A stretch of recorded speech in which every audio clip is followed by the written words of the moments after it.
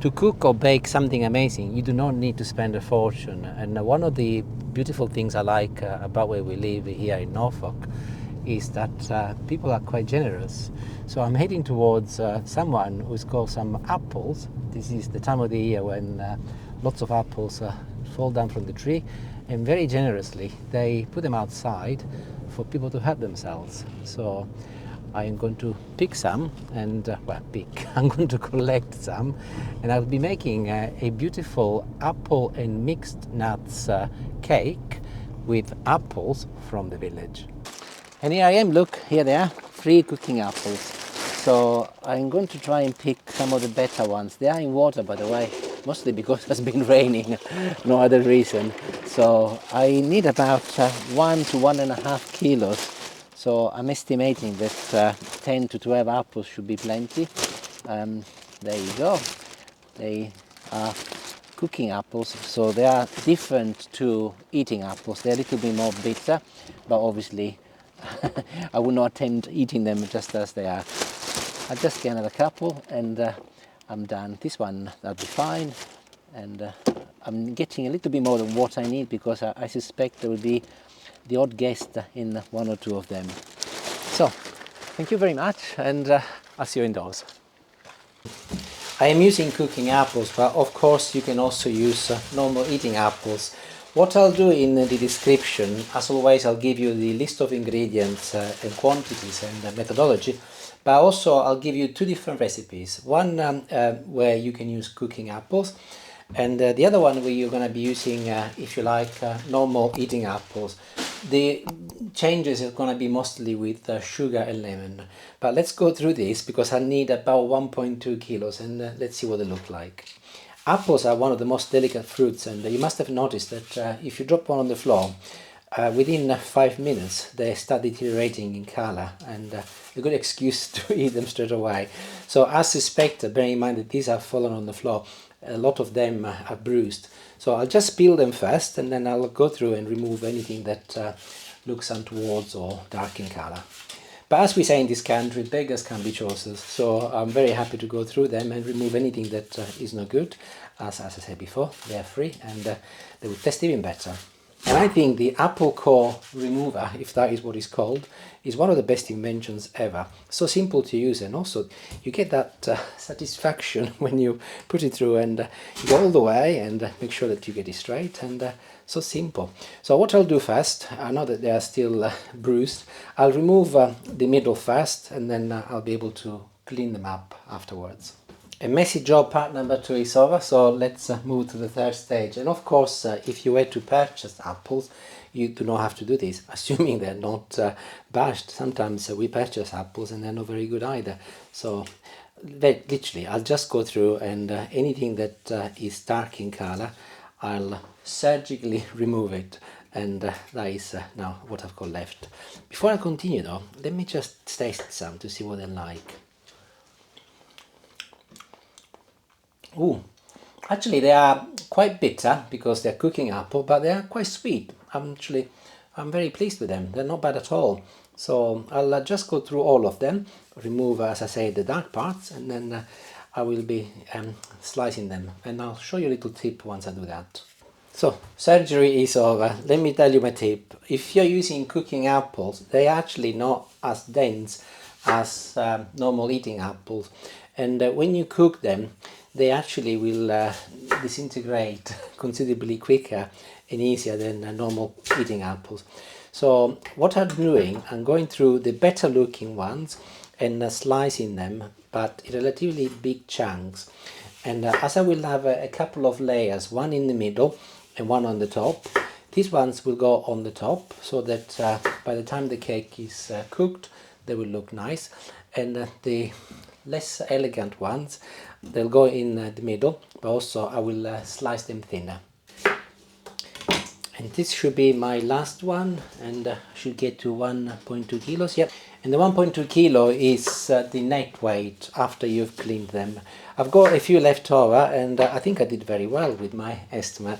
Julie did actually say if you got any left over, just put them in a pot and bring them over, and she will do some stew apples, something which we have every so often, especially with 3 apples, and we have a little custard, just a little dessert.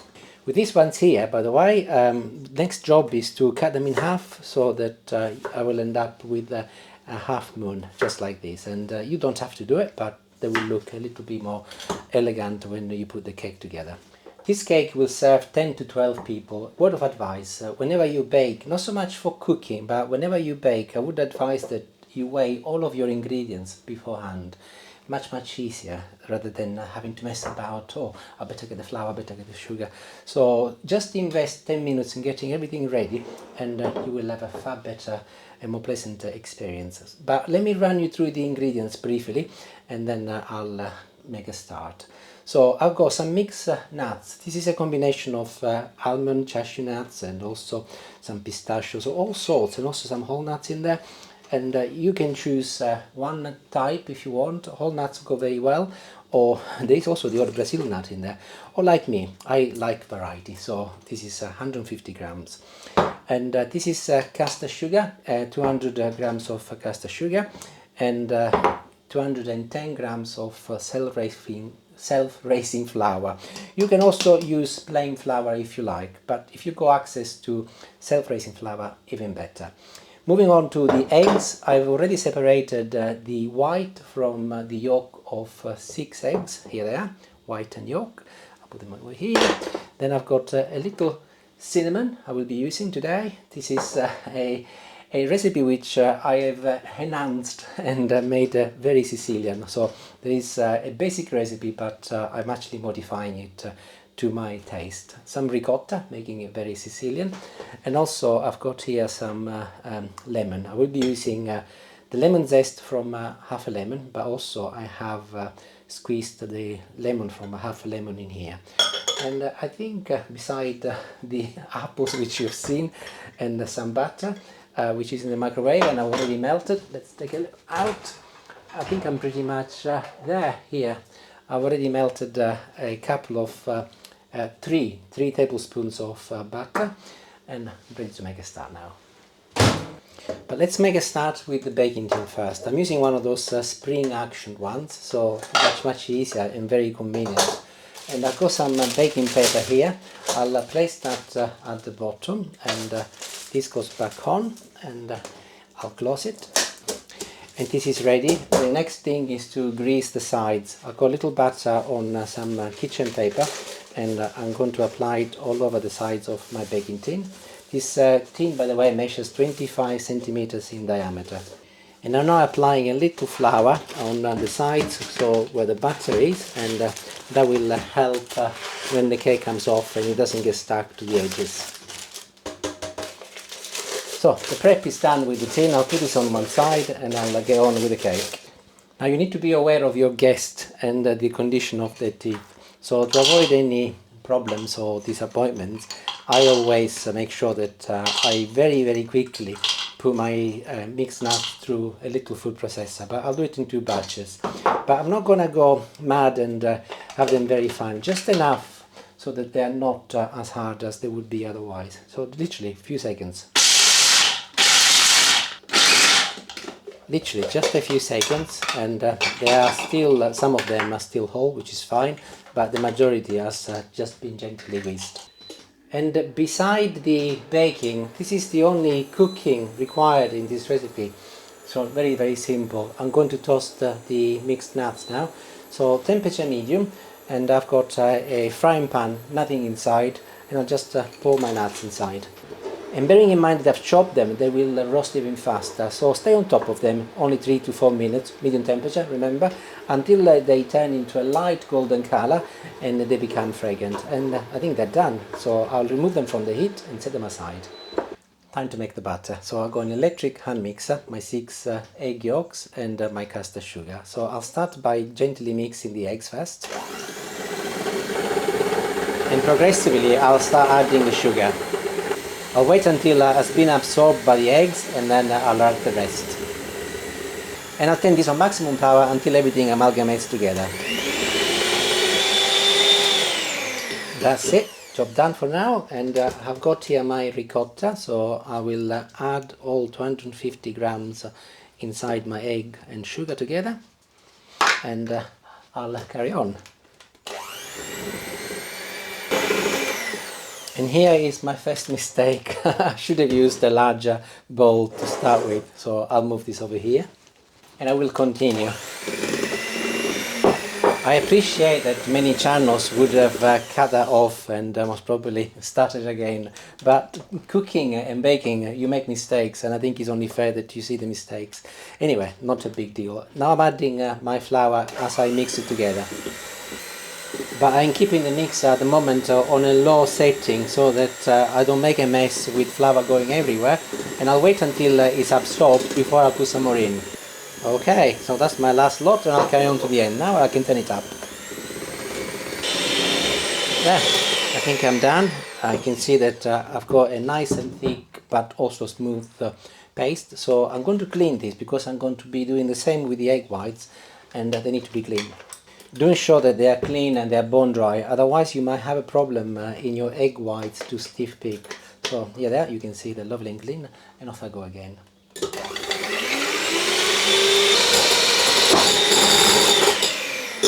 And there it is, they're done. You can see they've stiffened up and they're perfect. So time to assemble everything together. I'll start with my toasted mixed nuts, so I'll pour them inside my butter, followed by a little pinch of cinnamon. This is optional, by the way. I love it. I think it gives everything a beautiful and autumn flavor. So quantities to taste, but you don't have to put it in. You will recall that I had squeezed half a lemon, so the juice can go in now. And this is the zest from the same half lemon I squeezed, so that can go in also. And I'll fold everything together first to see what it looks like. It's beginning to take shape, and here are my egg whites, and I will add them in. And very carefully and in slow movements, I'm now folding my egg whites with the rest of the batter until everything becomes of the same color. Do take your time. These might not look very important, but they are actually. This is what could make the difference in getting a beautiful cake, not such a beautiful cake. So here is my baking tin back, and I'll pour half of my mixture inside it. Enough so that I can cover the surface of my tin. And here comes the first layer of apples. I've left the ones which go at the bottom whole so that I can distinguish from the other ones. So I'll just start arranging them alongside the edge to start with, but I'll cover the entire surface with apples next. By the way, some people mix the apples with the butter and then they pour everything together. You can do that if you like. I think like this is slightly better because you get different layers, and as you tuck in you get the surprise of the apple, whereas actually if everything is together I don't particularly like it, but personal choices, as I often say. So I'll just distribute half of my apples over here, and I might actually end up with a nice thick base. You can see where my logic is working very nicely, because I've now got the last of my whole circles, and these are all chopped, so now these are for the top, so I'm nearly done. So I got my 600 grams of apples at the bottom here, so I can carry on, and I'll place the rest of my batter on top of the remaining apples now. Ironically, the distinguishing flavor coming up at the moment is that of the cinnamon and the lemon. Interesting. Anyway, just go ahead and distribute the paste across the surface so that all of the apples are covered. And I made a start once again, but this time I'm going to be a little bit more careful on how I position my apples on top so that they look a little bit more elegant. So I'm going for this design, but you do whatever you like, of course. And I'll start once again with a third layer, but this time I'll position my top layer in between the two apples here so that they look a little bit better. And that is my last couple. So, butter next. Over here I've melted it, and I'll get a spoon, maybe easier to use a spoon, and I'll put it on top of all of my apples. Okay, so moving on. Before it goes in the oven, I will add one last sprinkle of caster sugar, and that can go on top of everything. This will melt and will give everything a beautiful and caramel color. And my village apple cake with nuts is ready to go in the oven. If you've got a fan oven like mine, temperature 160 degrees, otherwise you can up it by 20 to 180. I will be putting it in for 1 hour and 15 minutes, that is 1.5 initially, and then I'll do a skewer test to ensure that my skewer comes out clean. It might need to be there for 1 hour and a half, but best to play it safe. So I will place it in, and when I come back and the cake is cooked, I'll tell you how long it was in for. So see you in a little while. Ciao ciao for now. 1 hour and 25 minutes, that was the total cooking time. After 1 hour and a quarter, when I checked, it was almost there, so I left it in for another 10 minutes. But also I used the opportunity to place some more nuts on top of the cake for the last 10 minutes, so that they make a little bit of decoration. So before actually I unclip it and I get carried away, I want to go through and make sure that I dislodge the cake from the side of the tin. You can see that I'm comfortably touching it with my hands because actually it's been resting for about 40 minutes, and now is an excellent time for it to set, also shrink a little, and for me to have dinner. So I'm now going through with a little palette knife to make sure that it is properly dislodged. And this is actually quite an important step because it is a delicate cake after all. All cakes are delicate. So that prevents you from leaving some of the cake behind.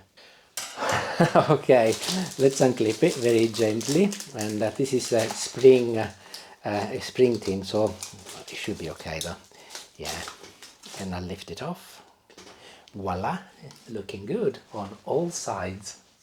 And now it comes the beauty of having used my baking paper, and if I go and lift it, and I should be able to just remove the tin quite easily, because obviously there is paper in between. And there it goes, that comes off. And using the palette knife, I'm now going in between the cake and the paper to ensure that it's also dislodged at the bottom, and the paper will just come off on its own. I am aware that there is a little bit more paper at the bottom, but I'll worry about that when we eat it. At the moment I'm just moving it perfectly in the middle. Now, strictly speaking, I should not be cutting this because it's for tomorrow when we've got the family coming round. But how can I do that? How can I not show you what it looks like and tell you what it tastes like? And let's take a look. Oh, it's still quite warm and it's looking really nice. Absolutely beautiful. But if I remove a tiny little slice, hopefully nobody will notice. Still warm. Oh, you know what? I think that with the cooking apples, it tastes better because it's got a little bit of kick of bitterness, and it's delicious. And the ricotta has made it beautiful and flavorized. It's almost like it is moist, it's fragrant, but also very tasty. And meeting between a ricotta cake and an apple cake. Delicious, really pleased. And what makes it even tastier is the fact that the apples were free. Make it. Let me know what you think, and hopefully you will enjoy as much as I will. See you later. Thank you. Bye.